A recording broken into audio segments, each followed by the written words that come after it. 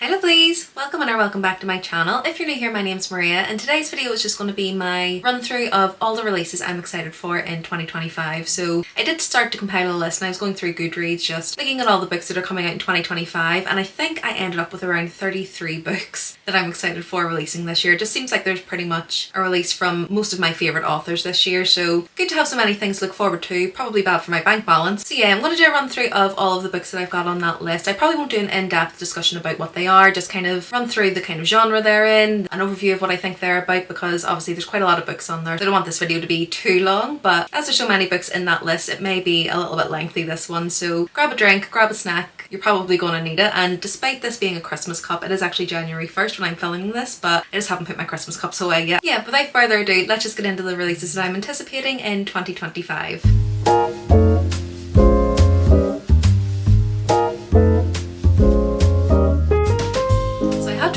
In somewhat of an order. I'm just going by the release date on Goodreads, so if it is a little bit wrong, that's why, but I do think most of these, when I was looking at them on Waterstones and things like that, it seemed to correlate with the release date, so hopefully these are in somewhat of an order. And the first book that I'm excited about is Immortal by Sue Lynn Tan. So this is the same author as Daughter of the Moon Goddess, which is a duology that I really loved. I really loved the mythology that was in there, really loved her writing, really loved the storytelling. Some people didn't like the way the romance ended in that one, but I personally really did. I did enjoy the way the story went, so for me that was kind of a 5-star duology. So as soon as I seen that she was bringing out another novel within that world, I was really excited about it, and I actually do have the arc for this one, so I'm currently reading it, and so far I am really enjoying it. So in this one, we're, as I say, still in the world of Daughter of the Moon Goddess, and this time we're following the mortal side. So basically there's a kingdom who are beholden to the immortal gods. The king of that kingdom betrays the immortals, and young Lyanne, who is our main female character, ascends quite quickly to the throne. And essentially then the god of war is sent to her kingdom to kind of seek revenge for her grandfather's betrayal, and the story kind of goes from there. I'm guessing there's going to be a romance between those two. I'm guessing this one's going to be immersed in mythology as well, and just really looking forward to that one and looking forward to see how the story progresses, because as I say, I'm currently reading it. I've started it, I'm at the very start of it, but already I'm really immersed. Even after the first chapter I've been really immersed, so definitely excited to continue on with that one. And that one comes out on the 7th of January. Another one that comes out on the 7th of January is A Sea of Unspoken Things by Adrienne Young, and this is the same author as The Unmaking of June Farrow and also Spells for Forgetting, two books that I really loved. I think I gave them both probably like 4 to 4.5. They weren't 5-star reads for me, but they were definitely really intriguing, and I loved her writing style. She kind of immerses thriller with mystery with magical realism, and it's just a really nice mix of those genres together. So in this one, again, there is a bit of a murder mystery. The main character's brother was murdered years ago. She has a haunting past, and I believe she's just investigating her brother's murder, and really excited to see where she takes this one. And again, I think with a lot of her plots, it is quite slow. It's quite quiet in terms of things that are happening, but usually it is quite impactful. So yeah, again, just really enjoyed her past couple of books, so excited to see what she brings with this one. 7th of January seems to be a popular day for releases because the next one is also released on that date, and it's A Language of Dragons by S.F. Williamson. And this one, I believe it was actually in the December fairy loot box, so I do have a copy of it, and I'm really excited to pick this one up. I mean, I just seen dragons on the front and just thought this is something that I'm intrigued by. So this is kind of a mix of historical fantasy. We've got London in 1923, but with dragons, and I believe it's mixed with dark academia. It has some enemies to lovers in there, I believe, and yeah, it just sounds like everything that I usually enjoy. Next up is one I think is on everyone's list, and that is Onyx Storm by Rebecca Yarros. So this is the third book in the Fourth Wing. I believe it's called the Empyrean series, and Fourth Wing, I did really enjoy it. I thought it was fun. I think I gave it 5 stars at the time because it just was a fun read. I enjoyed the story. I didn't think it was anything crazily different to what we've had before, but I did really enjoy it. So in terms of vibes, for me it was a 5-star. I read Iron Flame at the start of 2024, and even though most people seem to hate it, I didn't actually hate it. I just thought it was a bit mid in terms of the story. I think it was just a pacing issue. It was a very long book, and I think a lot of things were kind of repetitive within the book. I do think it could have benefited from being edited a little bit, but I do think it was kind of rushed out because of the hype of Fourth Wing. So I didn't think it was technically bad. I think some of the twists and turns in there were quite good. I enjoyed the story. It was just a little bit long, so I am still intrigued to see where it goes with Onyx Storm and to see where she takes the story. So I'll definitely be picking this up. I don't know if I'll read it as soon as it comes out. I might just see what the reviews are like once a few people have read it, but yeah, still one that I'm definitely anticipating in 2025. And that one is out on the 21st of January.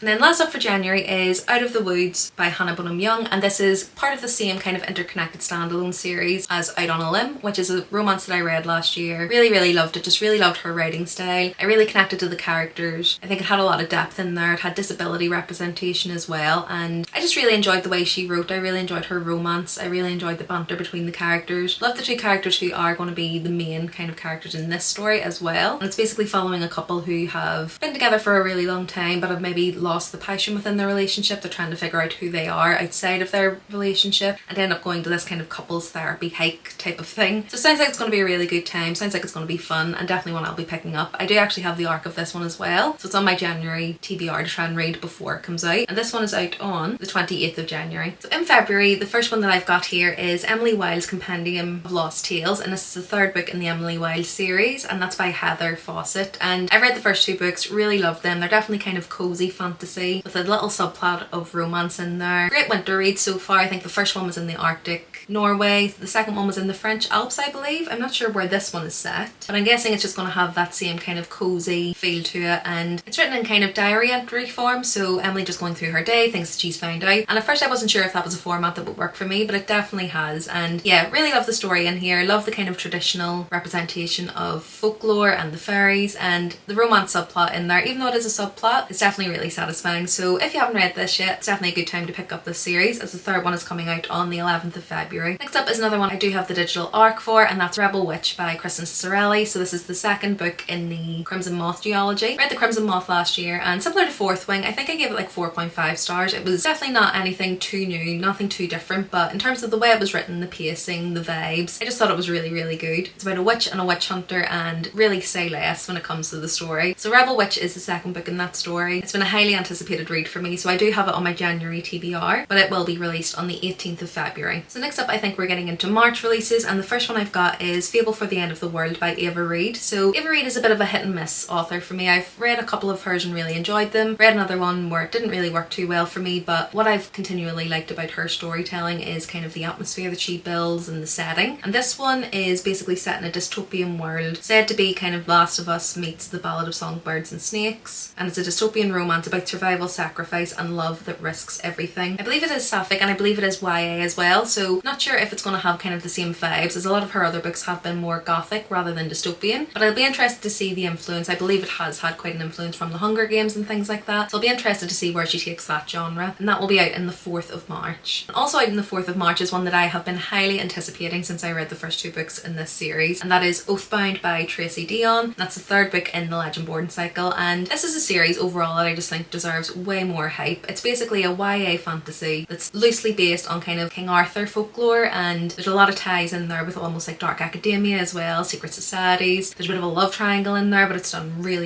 well, and I just think it deserves way more hype than it gets. It's definitely a 5-star series for me. I probably will reread the second book because it has been some time. I think the wait between the second book and the third book has been about 2 or 3 years or something like that, so it has been some time since I read that one, but this is one that I'll definitely be picking up to complete that series because I absolutely love the first two books. And if you haven't read it, this is your sign to pick it up because you will finally have the third book, which means you can binge the series. So next up is one that I want to mention, but I do need to preface it to say that I haven't read the first book yet, so I probably shouldn't be mentioning this one, but just in case it's one that's on your radar, it's basically The Ragpicker King by Cassandra Clare, and this is the second in the Chronicles of Castlane, and the first one was Swordcatcher. So all I know about this one is it's an adult fantasy. It's her adult debut, I believe, and basically involves a prince and basically his bodyguard essentially, or his body double. He is there to kind of protect the prince and to stand in for him and to cover him, to protect him. And I don't want to read the synopsis of the second one because obviously it may give me some spoilers for what happens in the first one, but I heard some mixed things about this series. I've read the Shadowhunter series and I've got 2 books left in that, but I've absolutely loved those. Those are a 5-star series for me, so I'll be really interested to pick up her adult fantasy to see if it hits the same way or if I feel the same way about those as well. But technically I haven't read the first one yet, so I maybe shouldn't be putting this on my anticipated list, but it's not out until the 4th of March, so I do have some time to pick up the first one before this one releases. Similar story with this next one, so it's part of the Hunger Games series, so it's Sunrise of the Reaping, and this is 0.5. It's basically Haymitch's story from the Hunger Games, and I haven't read The Ballad of Songbirds and Snakes, so I need to double check. I need to read that first before I read this one. Will there be any spoilers or anything that I'll need to read before picking up this one? But I had hoped to do a reread of the Hunger Games last year. Didn't quite get to it, but I'm hoping to maybe do that this year so that I can then read The Ballad of Songbirds and Snakes, and then I'll be picking up this one as well. So I will be picking it up as soon as it comes out, but it's probably not one I'm going to read until later in the year, but that one comes out on the 18th of March. So next up is a book that comes out on the 25th of March, and it's the second in a duology, but it is kind of interconnected with another series. So it's The Shadow Bride by Shelby Mahoran, and this is connected to the Serpent and Dove trilogy. So the first 3 books in that are kind of centering around a witch and a witch hunter, but it does really expand beyond that once you get past that first book. And this series is following a kind of side character. So the first book was The Scarlet Veil, and this one is more centered around kind of the underworld and vampires. So I read the first book recently, really enjoyed it, and the way that it ended off was on quite a cliffhanger. So I'll be really excited to read this one. Not sure if I'll keep it maybe until later in the year, just given the vibes of it, but I'll definitely be picking up a copy as soon as it comes out. So next up is one from one of my favourite authors, and that is Gifted and Talented by Olivia Blake, and this is pitted to be Succession but make it magical realism. Now, I haven't watched the show Succession, so I'm not sure if that will be true or not, but essentially it's following rich kids. Their father passes away and they have to kind of battle with their ongoing rivalries that they've had. Guessing they're going to have to pit against each other and kind of compete for inheritance or something like that. I haven't read too much into it, I just know it's going to be one that I'm going to pick up because with Olivia Blake I haven't been failed yet. There's one book that I haven't read yet and I'm really frightened to read it because the reviews are really bad, but other than that I've basically read all of her works and really loved them, so I have a really good feeling about this one, and that one comes out on the 1st of April. So next up is another one that comes out on the 1st of April, and that is The Sirens by Amelia Hart. So this is the same author as Wayward, which is a book I read last year or perhaps the year before, but I really enjoyed it. It was basically storylines of women throughout the ages from the 1800s, early 1900s, and then present day. 3 different disparate stories that kind of converged together at the end, and it was kind of involving more witchcraft. This one I'm not too sure exactly what the magic is here, but I believe the format of this is going to be quite similar, where we're following a couple of different timelines. Guessing those stories are going to converge. It will be magical realism. Usually has quite a feminist theme as well, but with her writing I just really enjoyed it. I really loved the way that she wove the stories together. Loved how she kind of empowered the FMCs. They were quite gritty. There was probably quite a few trigger warnings there for Wayward. Guessing it could be the same for Sirens as well, but definitely really loved her first book, so I'll be excited to pick this one up. Next up is one that I think will be on most people's most anticipated lists, and that is Great Big Beautiful Life by Emily Henry, and this one I believe will obviously be a bit of a romance, but it's involving 2 writers who are basically rivaling to get the story of a larger than life woman who has a couple of plot twists up her sleeve. So they're basically going to be competing to get this story from this person, and just in Emily Henry fashion I'm guessing there's going to be a bit of a romance between the 2, and I've really enjoyed the Emily Henry that I've read in the past. Not all of them have been 5 stars, I've had 1 or 2 in there, but still really enjoyed her writing, and one that I will be picking up when it comes out, and that one is released on the 22nd of April. Next up on the 13th of May will be A Curse Carved in Bone by Danielle L. Jensen, and this is the second book to A Fate Inked in Blood. Again, another one I read, it was probably around this time last year because I did have the arc for that one. Really loved it. So Danielle L. Jensen also wrote The Bridge Kingdom, which is another series that I really enjoyed. These are quite different to The Bridge Kingdom because they're based around Norse mythology. The first one is kind of inspired by the Shield Maiden, and I really enjoyed the first book. I thought it was paced quite well. I did think it got a little bit slow in the middle, but the ending of the first one was definitely a cliffhanger and made me very intrigued to pick up the next one. So again, that one comes out on the 13th of May. The next one is another author that I've read and really loved. Definitely very gothic vibes, and it's the start of a new duology. So it's called The Night and the Moth, and it's by Rachel Gillig, and it's part of the Stonewater Kingdom. So I believe it is going to be a duology. It seems to be getting pretty good reviews from the ARC readers from what I can see, and it basically just says that it's the next big romantasy phenomenon, a gothic miscloaked tale of a prophetess who is forced beyond the safety of her cloister on an impossible quest to defeat the gods with the one knight whose future is beyond her sight. So again, just sounds like everything that I'm going to love. Romantasy, gothic, forced proximity. I've loved Rachel Gillig's writing in the past, so I'll be highly anticipating this one, and it comes out on the 20th of May. Next up is Atmosphere by Taylor Jenkins Reid, and again this is another author that I've read from and really loved. The Seven Husbands of Evelyn Hugo has been one of my favourite books from her, but I have enjoyed some of the other ones that I've read as well, and this one is set in the 1980s. Not sure if it's set in the same kind of world because a lot of her other stories have the same world. I'm not sure if this one is as well, but basically in this one we're following Joan, who is a professor of physics and pretty happy with her life. That is until she gets the opportunity to become one of the first women scientists to join NASA's space shuttle program. So guessing it's just going to be following her life and her experience in doing that. It just says that it's going to be fast paced, thrilling and emotional, which most of Taylor Jenkins Reid's stories are. So again, I'll be going into it a little bit blind, not really knowing what the story is, and with a lot of Taylor Jenkins Reid that is kind of the point as well. But as I say, really enjoyed some of her other works like Evelyn Hugo and Daisy Jones and the Six, so I'll definitely be picking this one up, and this one comes out on the 3rd of June. And as I say, 2025 seems to be the year where basically all of my favourite authors are releasing something. And next up we have Bury Our Bones in the Midnight Soil by V.E. Schwab, and this one, even if I didn't know anything else about it,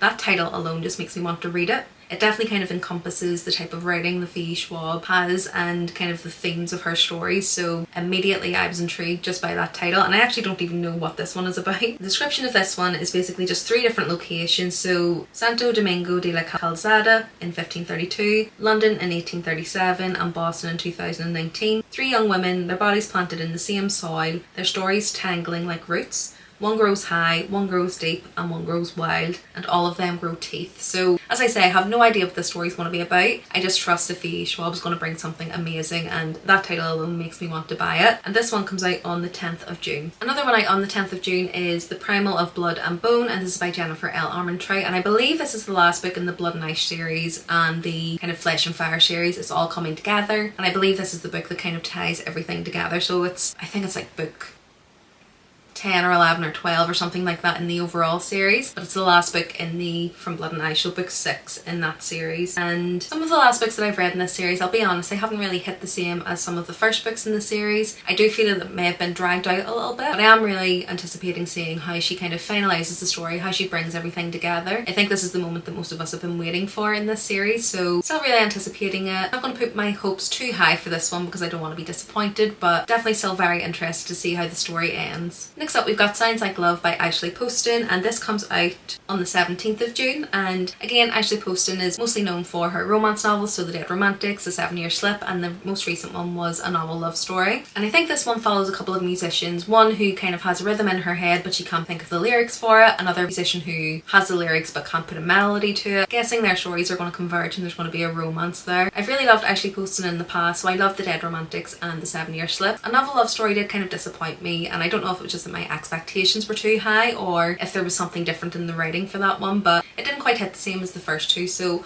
hoping that this one will hit for me and it will appeal to me a bit more, but I'm sure I'll be picking it up either way. Next up is A Witch's Guide to Magical Innkeeping, and this is by Sangu Mandana, and she is the author of The Fairy Secret Society for Irregular Witches. I think I got that right. And I read that a couple of years ago. I don't think it was last year, I think it was the year before. Really cozy fantasy surrounding witches and kind of self-discovery, self-love. Just all in all, really loved it. I think if you read House in the Cerulean Sea, you'd probably like that book as well. And I think this one is set in the same kind of time period or world, but I don't think it's quite connected to the first one. I'm guessing the characters from the first book may make cameos in here, but it's basically another cozy fantasy surrounding a witch who has a chance to get her powers back and get her life on track. Hoping this one's going to give me the same kind of feels that I got with the first book that I read by Sangu Mandana and basically feel like a warm hug as that one did, and this one is out on the 15th of July. Next up is another one that kind of has a witchy theme, and it is also out on the 15th of July, and that is The Bewitching by Sylvia Moreno Garcia. And I've really loved everything that I've read by Sylvia Moreno Garcia. Really love the vibes of it. She does write kind of a mix between kind of magical realism with horror as well, and I just really love the way that she writes it. In this one, I believe we're following kind of a multi-generational story with 3 different women from 3 different eras. I think it has kind of dangerous witches, unidentifiable curses. It's going to be a supernatural tale. I think it will interweave kind of 3 different storylines, and again, as I say, I just really trust in her writing. Really love the stories that I've read from her before, so definitely one I think I'll maybe be picking up when it comes out, but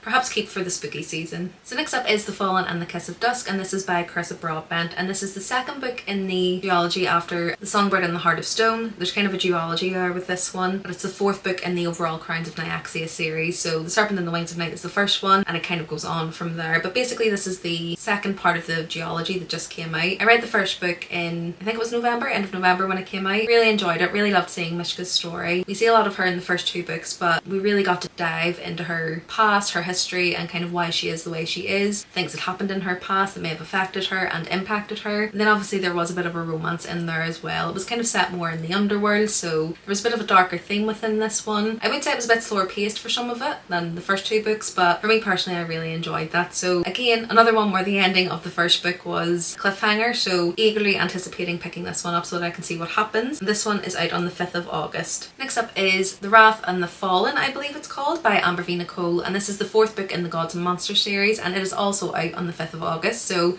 going to be a busy reading week for me that week. Again, this is a story, if you've been on my channel before, you'll know that I've read the 3 books that are out in this series so far. It's an urban fantasy. You've got a morally grey FMC. To be fair, most of the characters in here are morally grey. Definitely gives me kind of Buffy the Vampire Slayer vibes, or the Vampire Diaries vibes, but in a book. Really love the romance, really love the found family, really love the nuances with the characters in here as well, and it's just been a really great series. Definitely becoming a 5-star series for me as well. So yeah, that's book 4 in that series, coming out on the 5th of August. Next up, we've got Catabasis by R.F. Kuang, and to be honest, this is another author where I didn't even read what this one is about, but I added it to the list. But since I've read what it's about, I'm even more excited about this one. But R.F. Kuang is an author that I've read a few from before, so I've read the first 2 in the Poppy War series. I've also read Babel. Really enjoyed them all 5-star for me. Really love her writing style. Love how much depth she usually brings to her stories. And in this one, we've got dark academia fantasy, and we've got 2 students who basically have to put aside their rivalry to embark on a journey to the underworld to save their professor's soul. And that's all I need to know that I'm going to probably love this book. As I say, really love R.F. Kuang's writing. Love the depth that she always brings to her stories, so eagerly anticipating picking this one up. And this one is out on the 28th of August. Next up is another author I've read from and really enjoyed, and mostly for the atmosphere within her books. I believe previous to this she's only written YA, so this is her adult debut, and it's A Land So Wide by Erin A. Craig. And this one, I believe, is basically just drawing from Scottish folklore. It says, deeply atmospheric and profoundly romantic, an exploration of freedom versus security, a stunning celebration of one woman's relentless bravery on a quest to reclaim her lost love and claim her own future. And again, with Erin A. Craig, a lot of her writing that I've enjoyed has been because of the atmosphere and kind of the tension that she builds. A lot of her stories are based on fairy tales, and